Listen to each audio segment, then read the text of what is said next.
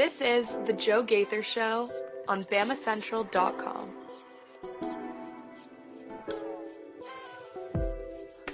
Good morning, Tuscaloosa, Internet world, West Alabama. How we doing today? It's game week. You finally made it. It is The Joe Gaither Show on BamaCentral, BamaCentral.com. Monday to each and every one of you guys watching us on the BamaCentral YouTube channel, listening to us on Apple Podcasts, Amazon, Spotify. We appreciate everybody who subscribed, rated, reviewed the show. We're live in the Derek Daniels State Farm Studios with our guys, Theo Fernandez and Hunter Brantley. Theo, you never mute your computer, so it always double mics you. So follow Theo Fernandez as he tries to figure out technology at Theo Fernandez _. You can follow him right there.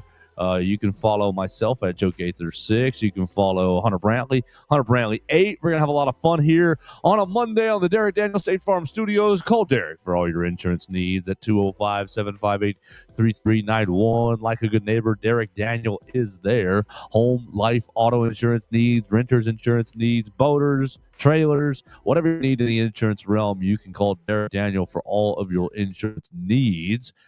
We're going to have a lot of fun here in the Derek Daniels State Farm Studios talking about week 0 just here a little bit. We're going to talk about Florida State here a lot of bit. We're going to talk about what we're going to hear from the coordinators today. We're going to hear from Ryan Grubb, Kane Womack, and Caleb DeBoer one last time before the guys go under the hole and get ready for the last 4 days for the Florida State season opener. So we got a lot to get into this morning.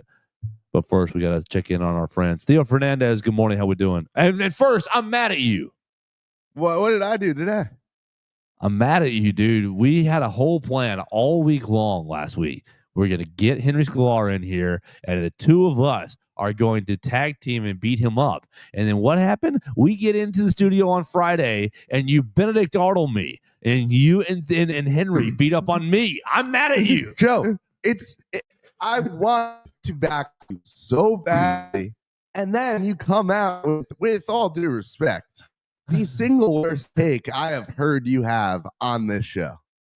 What was the take? Let's hear it. He argued for us demoting every single FBS program that wouldn't be able to contend for a national championship. That's pretty bad, but I've heard a worse take. You did say the Giants would make the playoffs, and that's just nonsensical. That is going to happen. That is not happen. 5 wins this year, picking in the top 10 again. You can pick Jordan Tyson to go along with Malik Neighbors. We are 3-0 in preseason. We are having an incredible year. Preseason. Hang the banner. Hang the banner. All right, you ready for hang this? that banner. Let's Here we go. go. You guys asked for this. This is all your fault, Hunter. The Giants just became the 8th team since 2009 to outscore their preseason opponents by at least 60 points. Yeah! Yes. Out of the previous 7, Preseason, yes. 6 made the playoffs, 2 won the Super Bowl. They averaged 11 wins per season. Oh, and Russell Wilson was also the QB for 2 of those teams. And the Giants will shatter that history is mold and repeating. go 4-13 this year. Let's go. You guys 8 and 9. 8 and 9. 8 and 9. Saying that like that's a bad thing. I'm happy at 9. 5-12. That's a losing record, Theo. This team, I think that's the ceiling, wins. actually. Oh, goodness gracious. Well, I'm not really that mad at you. I just wanted to pick some poke. That was a very spirited debate that we had. I wanted to on make sure that Friday. people who missed the show might want to go back and listen to the show Friday. That's the point of that. Oh, it was entertaining. Like, if you want to see Joe fighting for his life, watch Friday's show. Did you have And him in look, a I was- straight jacket? I was so ready to get to gang up on Henry. Like, I've been waiting for this opportunity for since just about the day I've known him. And you had the chance to make it happen, Joe, and just I cannot get behind that take. I just don't want to see Alabama playing Western Tech Carolina U for the school for the dumb and blind. I don't either. Yeah, but I don't if either. we don't play him, all right, let's not revisit this I know. mess. Well, yeah, that Go rewatch was the Friday's point. show. That was the point. How was your weekend? My weekend was great. I was out at a church retreat down in Gulf Shores for the Sweet. weekend, and it was an incredible time getting to You learn bathed in the blood? gospel. I am. That's right. Praise the Lord. Congrats. Nice job. That's great. What was the biggest takeaway? I mean, biggest takeaway, just recognizing going into just the full gravity of the weight of the sacrifice, something that we all know the story, but just when it's put out in certain terms and you can fully, like, there was just a moment where it hits everyone, the full gravity of what happened, and that's a life-changing realization. I agree with you. Well done. Good job. I'm glad you spent your weekend that way. You ready for some college football? Could not be more ready. All right, so we're going to get into week 1 here in just a minute. But next, Hunter Brantley, good morning. It's been a while. We missed you so much. How's your summer been? You rolling into the fall semester? Summer's been great, and I couldn't be more excited for college football to kick off on Saturday. We had some games this past Saturday that I actually enjoyed, Iowa State and Kansas State. Yesterday, I had the privilege of going to Atlanta for my first Braves game of the year. Okay. Yes, sir. Finally, did they win? They did win 4-3. Yes. Finally, love that. And they moved to 16-1 when I'm in attendance at Truist Park. Imagine if I went to every home game this year. We'd be in first place. We'd be the favorites to win the World Series if I went to every home game this year. They need to pay you and put you in a special box. Honestly, they do. I'm like Frank the Tank, but like better and cooler. 16-1 is amazing. They haven't lost a home game that I've been to since 2018. Wow, Ronald Acuna's rookie year. Is that not insane? Who's the Braves owner right now? It is Liberty Media. The GM's Alex Anthopoulos. Give him a call. Alex, look. If you want to get out of the basement here, didn't they have a good 2 weeks or so recently? They did, but they're not making the playoffs, so it really doesn't matter, to be honest with you. All right, so they'll be in the Justin LeBron sweepstakes. So next year. What we'll do, Alex Anthopoulos, is hold this card for next season. Right, we say we can't play at the back half of it right here because it'll be wasted. We can't. But next year, we're getting Hunter Brantley to all 82 games, and what's 16-1 divided by 18? You get it 78. So you get 76 and 4, something like that. Something like that, yeah. There we go. We need to hold that card, Alex Anthopoulos. I was surprised the Braves won, considering Bryce Elder was on the mound, and there's a running joke that I feel like the Braves are hazing Bryce Elder by letting him pitch for this ball club, because that dude's borderline barely good enough to pitch for any AAA team in America, let alone a major league team like the Braves. What are you talking about? He won this weekend. He did. That's why I was surprised. He had his best outing of the year. He had a season-high 6 strikeouts. Happy for Bryce Elder, but one outing, I don't know if that really helps your cause for next year. Getting better. All right. So we're going to have a lot of fun here talking about some of these topics. I want to take us first to the voicemail line because we want more voicemails. You can call it 205-462-7340, extension 800. We got Dax on the voicemail line. We'll find out what he's got to say. What's up, guys? It is Dax. It's game week. Oh, my Lord, I've been waiting so long. I'm going to be honest, this offseason kind of went by, really fast. I don't know if it was just y'all, but for me, it went by pretty quick. Maybe because I was giving y'all content with my beautiful voicemails. You're welcome. Anyway, so ready to, throw Florida State into the ground and curb stomp them, dude. I can't wait. It's going to be such a good game, and we're going to murder them. I'll give you all my predictions probably on the Thursday or Friday. But anyway, the switching to the 9-game SEC schedule, I think is an awful idea. Why are we appeasing the rest of college football nation when 7 of our teams have the top 15 strength of schedule with 8 games? We're already forced to play a Power 4 team in the non-con. You're telling me in 2027 we're going to have to play Ohio State and 9 SEC teams? I really don't understand what the move is. Our strength of schedule is going to be even more beefed, but that gives a lot of SEC teams another loss. So it's just going to create a lot more churn, and we're just going to eat each other up more often. Because I don't know if y'all been able to tell, but the everybody that was kind of middle tier is kind of creeping up and getting kind of good at football since NIL became a thing. Also, the tiny schools that we play, we pay them a good amount of money to come and play us. So we're really giving a lot of money to really tiny schools, and I'm pretty sure they really appreciate it. And I love cupcake games, man. We need them. It's a bye week for us, and we kind of need those. We need our young bucks to get the reps. I hate that we're going to 9 games. It doesn't make any sense to me. We don't need a 9-game SEC schedule at all. Our strength of schedule is already insane. I don't want to have to play a non-con Power 4 team and 9 SEC teams. It's stupid. I don't get the point of it. anyway, that was my rant. I hope y'all enjoyed it, and I love you. Roll Tide. Love you, Dax. Hunter, why don't you take this? Because we've hashed all this out all the way out. Well, here's my thing. My biggest concern with going to 9 games is some of these big non-conference games like Alabama and Ohio State. I don't think we should do this, but I know some teams already have. They've canceled some of their big-time out-of-conference games. Because they're soft. They are soft, and that's weak mentality, and we should not do that. We are the University of Alabama. We don't cater. We don't back away. We don't get scared against anybody. We don't fight back.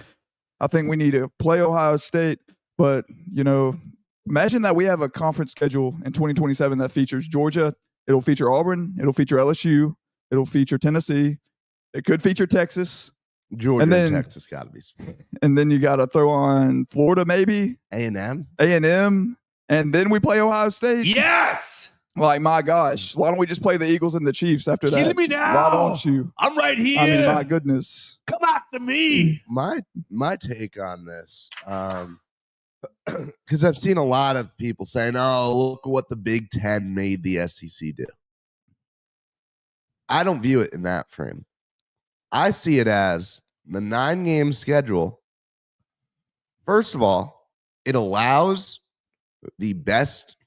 All right, so we're trying to advocate, or I say we, like the conference is trying to advocate for the SEC being the premier conference in college football. Playing 9 games keeps it in-house a lot more, right? So you're playing each other. You have less opportunities to, or I guess you have more opportunities to see the conference face off against itself. You preserve the rivalries. You preserve what makes the conference special. And honestly, you'll have a lot of 3-loss teams that can still get playoff spots. Yeah, I mean, the college football playoff just changed their criteria to weight teams that play harder schedules. Like, I think that the single biggest loser from this move is the Big Ten. I think that the Big Ten, the one thing that they had to stand on, we play a 9-game conference schedule. You have nothing now. And you're going to have Big Ten teams going out and, on occasion they'll beat SEC squads, but I think that the SEC will be winning those games at a much higher rate. Quality wins is going to be a lot better, a better metric than, we went undefeated or we only had 1 loss. You had a lot of quality wins. Indiana last year, right. What was Indiana's quality wins? It was non-existent. Right. And I guarantee you, there wasn't one. If Alabama or South Carolina or Ole Miss had played a 9th conference game that year with that same record, they would have been in. Absolutely getting that spot. All 3 of them would have been in. I don't want to see Alabama last year in the playoffs. I didn't either. Yeah. I didn't either. Yeah. I think they're a lot. We might have so gotten out of gas. stomped against Penn State. To be Right. honest with you. Yes, that team was so out of We gas. couldn't have lost worse than Tennessee did. You're right. You're right. Yeah. Like That was embarrassing. I think the Big Ten, they have to absolutely hate this. Like, obviously, you see people saying, "Oh, look, they're asserting their authority. Look, they're definitely the best conference in football." And when Ohio State is playing Purdue and Northwestern, and then we see, Mississippi State go up and beat Northwestern in their non-conference game, and you see the real strength and the lack of depth in that conference, I think it's going to expose the Big Ten in a big way. I think it was a money scheme for real, to be honest with you. Bingo. They did it to make more money. The SEC did, because now you add that 9th conference game, and more people are going to TV pay. contract TV contracts, revenue is going to go up. More people are going to pay to see Alabama versus Texas or Florida than Alabama versus little sister of the poor, like Joe was saying. And right. you still get to keep those 2 cupcake games, which I know Joe is not a fan of, but I absolutely am, and I think most sane football watchers should be a fan of. We should still play cupcakes in November. Yes, we should play a cupcake, open with that Power 4 matchup, like cupcake week 2, heading into the SEC schedule, and then you still play your cupcake in November. I agree. Perfect. Piss off the Big Ten people again, because I know a lot of people don't like that we play cupcakes in November. What does the Big Ten have to critique about that? Because you're playing a team that's not that good, and it's basically a bye in November while they're playing a conference opponent. Yeah, but Yeah, but the look at Big Ohio State's schedule this 10 year after the Texas game. The only You've got you have bad teams on their schedule. The only difference is the Big Ten plays them before the season. If I hear anyone ever complain that we play our cupcake in November, That's a gripe. That's like You're a common delusional. gripe it is from a lot of people up there. And look, they will look for it. And I say this as a Northerner, as someone who knows, who has been inside these people's heads, as someone who, I'm going to confess here. I know. I used to run a Big Ten fan page on Instagram. Big Ten propagandist Theo Fernandez. So I've used all these arguments. They will never be satisfied. If we're just trying to appease them, they'll come up with every excuse in the book. Can't look themselves in the mirror. No accountability. I just hope we don't cancel big out-of-conference games like some of these teams have. Like, I don't want to see Alabama, Ohio State get chopped. All right, so I guess my question to you then, Hunter, is how do you feel about the years where we have 2 matchups scheduled? Do it. I like that. I like that. I don't want it to be canceled. Yeah, Is the thing. Okay, so we're all in But I agreement think here. Greg Byrne could be in that thinking. He might look around and say he shouldn't, but he might say, dang, we played Texas, Gregory, Auburn, LSU, we're the University Georgia, of Alabama. in the Every same year. team is a cupcake compared to Alabama. Every single team is a cupcake compared to the University of Alabama. Don't forget who we Ohio are. We run State, this yard, cupcake. Greg. Oklahoma State, cupcake. Arizona State, Boston College, Georgia Tech. Every non-conference team that's already on the schedule may as well be a cupcake. Keep it on the schedule. Keep the contracts. Don't let them buy us out. Make them play it on the field. We'll take the money. We'll get the revenue right here in Brantley Stadium. Don't replace that game with Little Sister of the Poor University. We need to see Ohio State come to town. We need to see Oklahoma State come to town. Arizona State. We need to see, I think there's one with Arizona as well. I know there's one with Boston College. Virginia I know Tech. there's one with Virginia West Tech. Virginia, West Virginia. We need to have the game with Georgia Tech stay on the schedule. They're all cupcakes, Gregory. And then we build a new arena for Nate Oates. That's right. Well, Bang. All right, Genius plan. Keep it realistic here. Can a man dream, please? All right. Can we all not right. get our new Taj Dax, Mahal? appreciate your voicemail. You can call us on the Golly. voicemail line at 205-462-7340, extension 800, especially on Saturday. Goodness gracious, when Alabama is kicking the mess out of Florida State or in a dogfight with Florida State. Give us a call, 205-462-7340, extension 800. React to Kane Womack's defensive calls. React to Ryan Grubb's third down choices. React to Ty Simpson's quarterback play.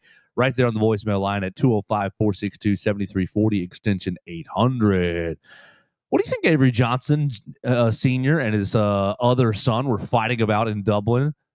Theo, did you see this? You were at Yes, church I retreat. did. So Yeah. I saw it last night when I got back. they lose. Kansas State loses. An ugly game, a defensive game. Why are we playing a conference game overseas? But an ugly defensive game that turned out to be pretty fun. Excuse me. But Avery Johnson Sr. and his other son end up in a scrap on the streets in Ireland. What were they fighting about? Well, I think that They already put out a canned joint statement. Yeah, We're they- sorry for embarrassing Kansas State. We're sorry for embarrassing our son. They showed more fight than the team did They that did. day. I think, Avery's dad probably forgot to split the G on his last drink, have some Guinness up in the stands. And look, I mean, you put a football game in Ireland. Exactly. What did you think was going to happen? Okay, I want to take a quick 30-second sidebar. I love games being played in Ireland. I love the tradition of starting this season overseas. And I know it's a really unpopular thing to say. Especially with these non-SEC teams, you're doing everything you can to get money. It's a great way to build some money, build some interest overseas. The other thing, I know the fans, obviously you want to see that game played at home. But at the end of the day, it's about the players and how cool is the experience to go to Ireland for a week, get to play there, it's not like it was a bad environment. It was packed out there. I love the idea of playing games overseas. thought the But a rain made it conference pretty game, cool, to be a honest with conference you. game. Okay, so yeah, generally speaking, I think I would disagree there, especially in a game that is a rivalry. Let Notre Dame play over there. Yeah. They're, independent. They don't have any conference games. Let Notre them Dame play Ohio State. Even like if Iowa State was playing Arizona State, like if it was just a meaningless, I agree then. But that no, would be for the Big Ten, but no Big 12 real championship. Yeah, no real teams go over there. No SEC squads. For about 20 years they played games in Japan. No, I think we should play our opening game next year in Japan. Who do you want to play in cool. Japan, Hunter? Florida State.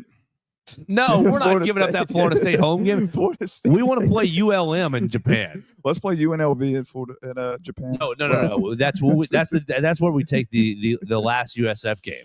I'd say give it about. Yeah. There we go. Because we're not. We still have to get one more USF game in this series. We might have better luck not playing them on American soil. To be honest with you, it might be a good change of pace. Give it about 4 years, and like the Sun Belt Championship will be in Saudi Arabia. You're dang right. We can send Auburn to Iran. That's what. Maybe not, but I think I know why Avery Johnson's dad was ticked off. I heard someone called his son ugly in the bar after they lost. His brother called him ugly. It was father fighting his own son. Did you not realize that? Yeah, part? Hold on. It was father fighting. Wait, his you son. didn't realize? I thought they were teaming up on somebody else. No. It was father fighting Avery Johnson's brother. Okay, well then that makes sense. His brother definitely said to his dad, "Hey, Dad, Avery's just terrible at football. I can do better out there, Dad. Dad, I'm way better than him." Dad, why did you give him all the money? Why did you take him to practice? Yikes! Fighting his son in Ireland. Do you realize when we did our picks last man. week, we basically on Friday we basically skipped over this UNLV game because they were playing an FCS school. Oh, first of all, I want my credit as Iowa State pick. Did you have them too, Joe? No, UNLV won. UNLV won straight up, 38-31. Yeah, I'm talking about my Iowa State pick. Oh no, I took Kansas State. Okay, Yeah, great. Well done. Credit. Good job. no. Woo. All right, great. I also was on Iowa State as well. good work, Hunter. On the show, Not on the show, it doesn't but count. I mean, Doesn't Where- count. I know. On Friday, you need to leave your picks for week I wanna one. I'm leave picking every single one. Alabama. I'm picking Texas. I'm picking. Just leave us up. I'm picking Clemson. Give us your picks for week one on Friday. It can literally just be a 30-second. You don't need to back them up. Just get them out there. Hey guys, here's the picks. Bam, bam, bam, bam, bam. Every game you want to pick. That's an That's open it. invite to everyone listening. let's have a game. Let's make it into a game. Whoever gets the most at the end of the year gets $5. $5. They get an insurance quote from Derry Daniel State Farm. That is a very good reward because that is worth a lot of money. Worth it. Absolutely. All right, so y'all want to move into Florida State just a little bit? Let's do it. I assigned Hunter Brantley a task before he came in. I said he said, "Oh, we on tomorrow? We still on?" I said, "Yeah." What are we talking about? I said, "Oh, we don't know. We never know." What about Florida State's wide receivers? We've already looked at their offensive line. We already looked at their offensive line 2 Fridays back. And I think their offensive line is loaded with a bunch of behemoths. You guys heard our Florida State writer last week talking about Thomas Castellanos, and he talked a little about the wide receivers. He talked a little bit about Squirrel White. He talked a little bit about a freshman that they have. He talked a little bit about the wide receivers, but basically his take was if Castellanos can cut them up on the ground and just make a few passing plays. Similar to Nico last year. Well, yeah, see, it's more similar to Theo. Cutting them up on the ground and making a few passing plays. I agree with that. Then Florida State's got a chance. So Hunter Brantley, what do we know? We'll all back up. We'll all clear the lane, pass him the ball, isolation, little Hunter Brantley, Florida State wide receiver talk. Who is catching the passes in Tallahassee? The one guy that I circle that I think's the biggest threat to keep an eye on is Deuce Robinson. Last year, he was at USC, had 23 catches, 396 yards, 5 touchdowns, 33 yards per game, and he will likely be the Noles leading receiver this season. He was the number 1 tight end coming out of high school, and then he switched to receiver when he got to USC. I guess that was something Skinny between boy. him and Lincoln Riley. Reminds me a lot of Kyle Pitts at 6'6", 225 pounds, and I believe that he will be the guy that Kane Womack is circling this whole week, saying, let's not let this guy beat us. Moving on, we got Squirrel White. First off, I don't know why his name's Squirrel. Apparently, his real name is on his birth certificate's Marquarius, and I think that's even worse, to be honest with you. Alabama fans know him well. He was at Tennessee. He had finished the season with 34 catches, 2 touchdowns, and 381 yards. Got hurt last year. Got hurt. Yeah, I don't think he played against us. Yeah. I don't think he did. I think he missed a couple of games here and there. But I'll cut him some slack. He was playing with Nico last year. Cool. So, I mean, that's kind of why his numbers took a dip. He had a pretty good year in 2023 with Joe Milton. I think 800 yards receiving, 2 touchdowns. Made a really good catch in the 23 game when we played them. Granted, Chris Braswell was covering him on a wheel route, and he had no safety help. So, I mean, what it's worth. It was a good catch. I'll give Squirrel credit for that, but you did beat a slow linebacker at that. Then we got Gavin Blackwell, who's wide receiver 3. He played 4 years at North Carolina. I guess he didn't want to finish his college career with Bill Belichick, so he hit the portal, and now he's with Mike Norvell and Gus Malzahn. And he had 4 catches for 43 yards last year. Was not that integral of a piece for the Tar Heels. He's looking to make some noise here with Thomas Castellanos in his senior season, 5th year senior. So that's it for the receivers. I don't think anybody else is that worth noting, to be honest with you. Not a whole lot of talent outside of Deuce Robinson. I think, like I said, he is the guy to circle. He's the guy to keep track of the most. And I think Damani will check him all game long. I think he'll do a really good job and keep him in check. And I think Thomas Castellanos is going to have his work cut out for him along with everybody else on this receiving corps.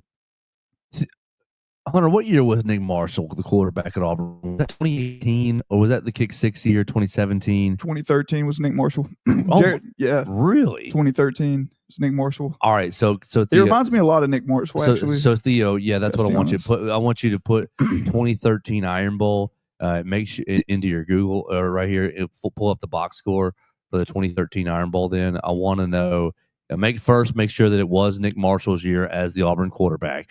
And I want to know rushing and passing yards numbers that he had against Alabama. His 2014 year was very similar to Castellanos in 2023. So passing and rushing. That's what I'm getting at here is because we're highlighting these wide receivers and you just kind of B level players, no superstars really. This Robinson guy has always been trying to make himself into a star, and it's tough with Lincoln Riley. And just kind of what's been going on at USC. But in Squirrel White, he was a fine wide receiver for Tennessee, but he was never what, Brew McCoy? He was never really like Jalen Hyatt. Right, their top guy. And so you've got a bunch of just like C+, B level wide receivers, but you go back to really the Gus Malzahn offense, and I think that Castellanos has to throw for like $170. Look up Pavia's passing. While he's looking up Nick Marshall, I want you, Hunter, to look up Diego Pavia last year. Because Pavia didn't clear 200 in that game. I don't believe. It was just timely. It was just efficient. It was just, you've been keying in on the run game for all this. Let me pop you with an 18-yarder. Let me pop you with a tiny 7-yard pass. And I think that's really what Alabama's going to be walking into this weekend, where everything's going to be predicated on the motions, on the run game of Chroma, on the run game of Roydell Williams, on the run game of Castellanos. They're going to have enough guys who can run the football that we just need to hit a few passes. And so it's going to be really, really tense. I don't know what's a better word. We're going to be really, really rigorous. Right. The defensive backs have to be on the execute the entire time, because when it's called upon in the past, it's like, hey, buddy, you're only going to get about 17, 18 passes in this game, maybe 24 passes in this game. You're going to come away with 8, 10 incompletions and make this really, really tough on him, so that they get behind the stick, they end up in third and long situations. And when it becomes third and long, you weren't out there with me on Friday with County High and Central. Their first drive, Central got them into third and long different times, and County High ended up complete passes, and some of them were absolute prayers to score a touchdown on the first drive. Well, they cleaned it up the rest of the game, and Central beat the ever-living mess out of them. But if you allow these like whoop-de-boop fluky passes to get completed and drive continuing, well, then you're going to be just so frustrated the whole time because, oh, we're winning on first and second down, but oh, darn it, dude got the first down by 1 yard and they're still on the field. We should be off the field, but we're not. So give me what you got with Nick Marshall last year. Yeah. It was it 2013? Yeah, 2013 Iron Bowl. He had more rushing yards than passing yards. Yeah. What are the numbers? 17 carries, 99 yards, 1 touchdown. 11 for 16, 97 yards, 2 touchdowns. 6.1 yards per attempt. Shoot me in the face. Shoot me in the face if I'm the defensive coordinator, because it's just like painfully you're right there, and you're not getting beat with big plays. You're not getting especially that year. That was the year that Gus Malzahn had the triple option with the pass on the end of it. Right? Yeah. It was the handoff to the to the running back on inside zone. You had the running back going around basically for the flip, and they got out to the edge. If the corner came up to guard the flip, to guard the pitch, it was, we're going to hit you with a 2 yard, 4 yard hitch. It was a 4 yard hitch or 7 yard hitch right over the line of scrimmage that turned into, first down. And it was just like there's so many options. It was hard to guard, and you weren't asking Nick Marshall to really make difficult passes. Ugh, so frustrating. What do you have for Diego Pavia? For Diego Pavia, this is going to shock you. Did he really go over is. 200? 252, 16 of 20. Well, he did hit the long one to He did, yeah. Cedric Alexander. To Stowers. Stowers, yeah, that's right. On 4th and 1. 4th and 1 of all rounds. 4th and 1, and Malachi Moore gets lost and over the top. Oh, pain. All right, what was his rushing yards? It was like 60? 56. Okay. For 20 attempts. So not as efficient throwing the ball. That surprised me, actually. 252 yards. That's good. I feel like they just carved us up on the ground, to be honest with you. Ugh. Especially in the fourth quarter. Timely passes. That's really what it's all about. And that's what I'm worried about on Saturday. I'm worried about this Alabama defense. Not that they're not talented. They are talented. But the Gus Malzahn is a madman, is just an absolute insane person who is going to, okay, Theo, Gus, I'm so sorry to say this, but my girlfriend says every man is autistic. But then she goes, y'all all just have your own interests, and you get autistic about it. You with the Bears, Joe. You with wrestling, Joe. Yada, yada, yada. I'm like, okay, I guess you have a point. Gus Malzahn's autism is like is calling plays. Is like is play call is like scheming a play. Is like you're gonna see. With him against Nick Saban, it would be 4 plays. It'd be 5 plays, but they'd be hit in such an order that it'd be like, God dang it, that one again? It was like, why can't they see it? Well, the read option right, again. There's 5 plays, and they're all playing off of each other, and he hits them at such a rate and he just got such a good feel for the game of football of they haven't seen this one in a minute. Bam! Okay. And now they're thinking about that. Go back to number 1. Number 1 again. Number 1 again. Number 1. Number 3. Number 1. Number 3. Number 1. Number 4. Number 1. Number 5. Number 1. Number 2. Number 2. Number 1. Just over and over and over in such an order that is just so mind-boggling and frustrating. I love him. I think he's an amazing offensive coordinator, and I love his style. But I am, and maybe that's why I'm so concerned about Saturday, because I do have such high respect for Gus Malzahn. You got a big offensive line who's going to be leaning on Alabama's D line, and he's going to be running the quarterback. He's going to be running wide, going to be running jet sweeps all game long. He's going to be running a read option, just like you said, all game. It's going to be read option, jet sweep, read option, jet sweep. And then it's going to be, we're not reading anything. It's just going to be straight inside zone. And how about a trap? How about a design quarterback run to the right? It's going to be, tall sweep to the left. It's 3rd and 1 again. Of course, they're going to get it because everybody's looking at a different thing. It's 3rd and 1 over and over and over again. I don't think that Alabama's going to lose. It's still on a Monday. But I still am deeper into my feel that it's going to be an ugly, frustrating game. Joe, if you asked me 3 months ago how I thought this game was going to go, I think I would have been a lot more confident then in this game being more of a blowout than I am now. Yeah. I agree with the idea that the more I look into it, I really think like 7-6 halftime score. Now, no, before you keep going, I'm not poisoning your mind with this, am I? No, it's been a slow dosage of poison, but it's come from many different sources. Turn that stove up a little bit more each day. Like it's starting to spread throughout my body. It's went from mild discomfort to I'm feeling the effects. Is there doubt creeping in right now? Yeah, like You're doubting? Yes, a little bit. And doubting Kalen DeBoer? I still feel very confident that Alabama will win this game. I just don't think it will be by a very large margin. Hunter, how are you feeling about this game? Because I'm starting to get on a Monday. I'm not getting antsy yet. I was already a little bit concerned, but I'm with Theo. I think the level of concern is gradually just increased slowly. And I think by Friday and Saturday morning that I'm going to be just scared to death, to be honest with you. Knowing what Gus Malzahn can do and what he's capable of, I feel like all summer he's just been camped out in his basement with the lights off, with a clicker.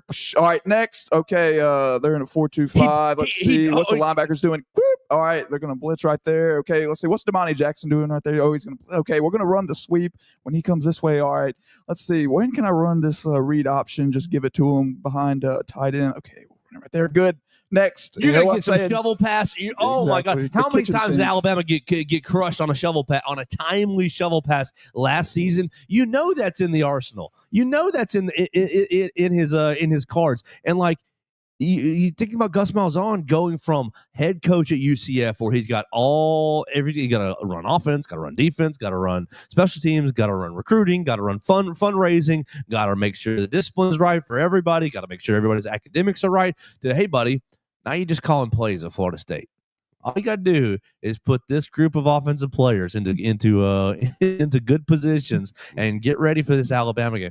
It's not, we were standing out there at the facility, and one of your WVA coworkers, who should go unnamed here, was just Alabama's going to beat the mess out of Alabama's going to nothing in halftime. Right, exactly. And I thought, you are the biggest fool in the world if you're not seeing this coming. And like you get onto the internet and you see a big section of the Alabama fans still on, well, it's going to be a blowout. They were 2-10 last year. They stink. They were 2-10 last year.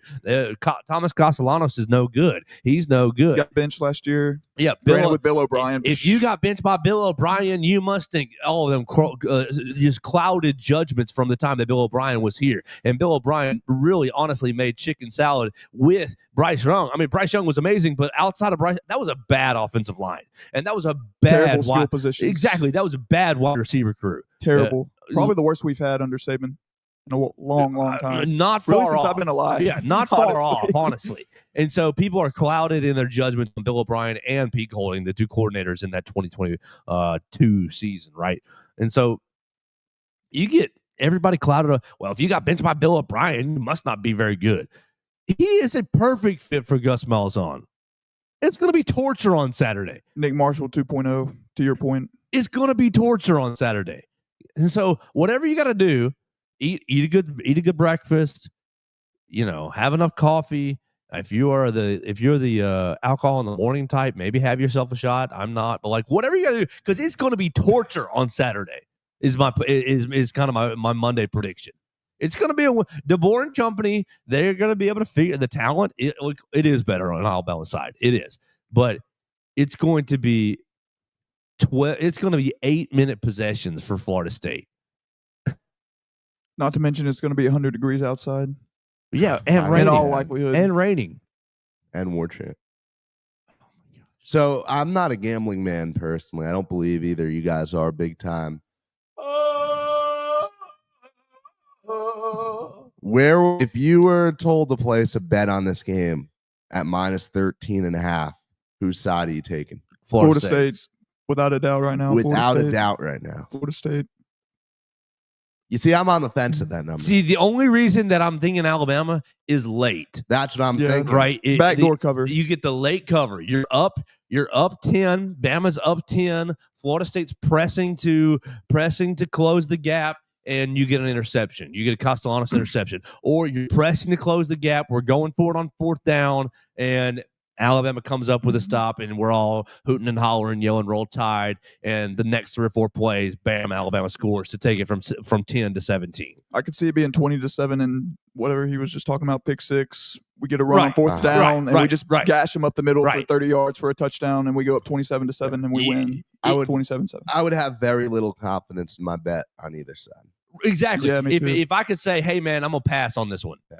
that's where I'd take my $100. I'm gonna pass on this one because, like, I think that Florida State's going to be in it enough to frustrate the ever-living mess out of Alabama. But I think that when push comes to shove at the very end of the game, you could see some circumstances where, Alabama gets it may even just be a 7-point game, right? It could be even a 7-point game. Alabama gets a stop, and Ty Simpson and company marches down to take it from 7 to 14. You lose by a half point, and you're pulling your hair out.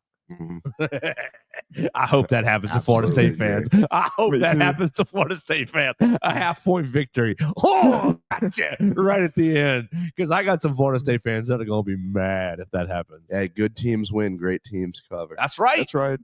If we don't cover, we don't win. Well, golly. All right. So on this track, let's think about some fun defensive sets we can have. Because didn't you want to talk about nickel defense? Yeah, I do. I'm not go ahead and go get what you want out of it. And as he's talking, Theo, you remember what we talked about on Friday, and you remember what we've talked about a little bit towards the back half of the week, where Alabama was playing sets just for a little bit of time with 6 defensive backs, not 5, 6. And so Kane Womack's a madman himself. What kind of defensive sets is he going to be cooking up on Saturday? Go ahead, Hunter. So I'll say this. I think we're all in agreement. I think we can all agree the secondary is the strong suit of this defense, without a doubt. I think we can all agree on that. Well, with that being said, we run a lot of nickel, 4-2-5, and I get it. That's what Kane Womack does. But when you have a secondary that's as talented and as skilled as this, because last year, I think we can all agree as well, our secondary was terrible. It was awful. I mean, awful's a strong word. I think it wasn't as good as this year, but I mean, we definitely, if Nico could throw the ball down the field, we lose that game by 3 or 4 scores. Okay, that was a bad game. If we came up against a quarterback that could stretch the field and throw it vertical and hit some deep balls, then we could be in trouble. This year, I don't think that's the case. And with that being said, I think Cam Calhoun and Deshaun Jones are really good. Obviously, you got the starters, Damani and Xavier, flanking each other on the corner position. Then you got Bray and Keon at the safeties at the back end. Do we really need that 5th defensive back when you have this much skill, talent? And when you come up against teams that love to run the ball, you don't really need that extra defensive back in the game. I'd rather have a Keon Keeley in the game. I'd rather have a Kelby Collins. I'd rather have a Justin Jefferson to stack that run box and limit the runs and limit the amount of yardage they get running the football. And then you make them throw the ball because now they're dead to rights. You got them right where you want them. And I think that should be the game plan against Florida State. It's that you stack that box and you make Thomas throw the football. And it seems like it works more times than not. I disagree because I agree with your first half of the argument, but I think you can still run that 4-2-5 in a way that will allow you to have one of those guys, higher up, closer to the box. Like when you look at how talented these guys are, why wouldn't you want to keep as many of them on the field as possible? You're gonna be mad when you see 6 DBs on the field if you want to take one away and go to 4. Right. Like you started off with the right take. When you want your strengths to be highlighted as much as possible. Right. You at 4 guys, we're looking at Domani, Bray, probably Sab, and Xavier. We're keeping Calhoun and Jones off the field. Meanwhile, we could probably run a set where all 6 of those guys are sharing the field together. How hard would that be? Maybe on 3rd and 20. Offense? I'd rather get pressure on the quarterback. Don't give him all day to throw. Because at some point he's going to find time. Somebody's going to get open. Yeah, all right, yeah. You know what I'm saying? And do you not want to see Keon Keeley and Quay Russo on the field I together? want to see him, but I want to see that so bad. I trust that, like, Kane Womack's a freak. I trust that the freakiest. He will find ways to use these guys in freaky ways, in extremely creative sets that will still allow the defense to do everything you want to see out of it, just with insanely talented players out on the field. Yeah, I think that what we saw on Tuesday with the 6 defensive backs is indicative of the experimenting that's going on right now. I think that what you got the base 4-2-5, and I think you can fill in every position. You got Keenan Overton, James Smith, and Quay up front, right? Basically, and then you got Deontay, Justin Jefferson, or Nikhil Green, as your third, whatever. You got those two, and then your 5. You're ended up with Dijon Lee at the field, Damani at the boundary. You're going to go Xavier Brown at Husky. You're going to end up with Keon and Brad in the back. That's free, right? Strong. Well, so you think Lee over Cam Calhoun? Jones? I think we'd have Deshaun Jones on the field. I think Cam Calhoun's going to be that 5th DB, to be honest with you. I wouldn't be surprised. I think they'll all rotate. I mean, they'll all rotate. Think Deshaun's going to start? They're all going to rotate, but I believe that Dijon Lee is going to be playing mostly at field corner. And so that's how you're going to start. But you're going to, what we saw, you're going to end up pulling one of the inside backers off the field and putting a safety on the field, another safety on the field, but a 6. But I think your adjustment is to go from taking one of the 5, take your Husky off the field, and you end up with Quay basically playing Husky because he's going to just stick with me real quick. You're going to end up with the Husky taken off the field, and Xavier will kick out to the field. You'll pull Dijon Lee off the field, and you'll end up with Tim Keenan, LT, James Smith, and your boy Keon Keeley, Jordan Renaud type. Keon Keeley, Jordan Renaud, Kelby Collins. Yeah. Yes. So as a 4-man front, as a true 4-man front, right? And then you're going to end up with you'll end up with Quay, Jefferson, and Deontay. Quay, Nikhil Green, Deontay. Some form of fashion of those three. And that way that when they're hitting you on the edge this weekend, it's like, oh, you got to block Quay Russo out there. I think that there's going to be some really creative way. Like, do you remember on Wednesday, Colin Gray, Tuscaloosa News, asked Kane Womack about the balance of playing just the 4-2-5 versus playing your best 11 defenders. I remember that. I wasn't there. I remember that answer. And he was like, well, that's the big challenge now, isn't it? And he played the coach's answer. I think that you're going to see packages and experiments with that. You're like, what are we doing? And then you're going to it's going to take a couple snaps to where you're like, oh, this is what we're doing. Okay, this will work. Because the defensive personnel is so, I think it's really talented. And so it allows Kane Womack to just say, yeah, everybody knows it's 4-2-5, but on these downs, is it actually 4-3? On these downs, is it actually 5? Is it actually 5-2? Is it is it 3-4? We're going to get different looks through the game, and I think he's going to use different looks to really try to mess with Gus Malzahn. Agreed. You think he'll do any experimenting on Saturday about what he can get away with and what he can't get away with as far as formation and personnel is concerned? I think I think you experiment to a certain extent, but you save a lot of that for you. Why? Why? You don't got to say nothing for you. Right. You're playing straight 4-2-5 against those jokers. No, you're starting to. What you're doing on Saturday is you're messing with Mike Bobo. You're messing with Mike Bobo starting on Saturday. All right, Mike Bobo, Georgia trip, right? Okay. You're messing with Mike Bobo on Saturday by messing with Malzahn, right? By messing with Malzahn's scheme. Well, shoot, what are they going to come out on this drive? Is it going to be 3-3-5? Is it going to be 4-2-5? Is it going to be 5-2?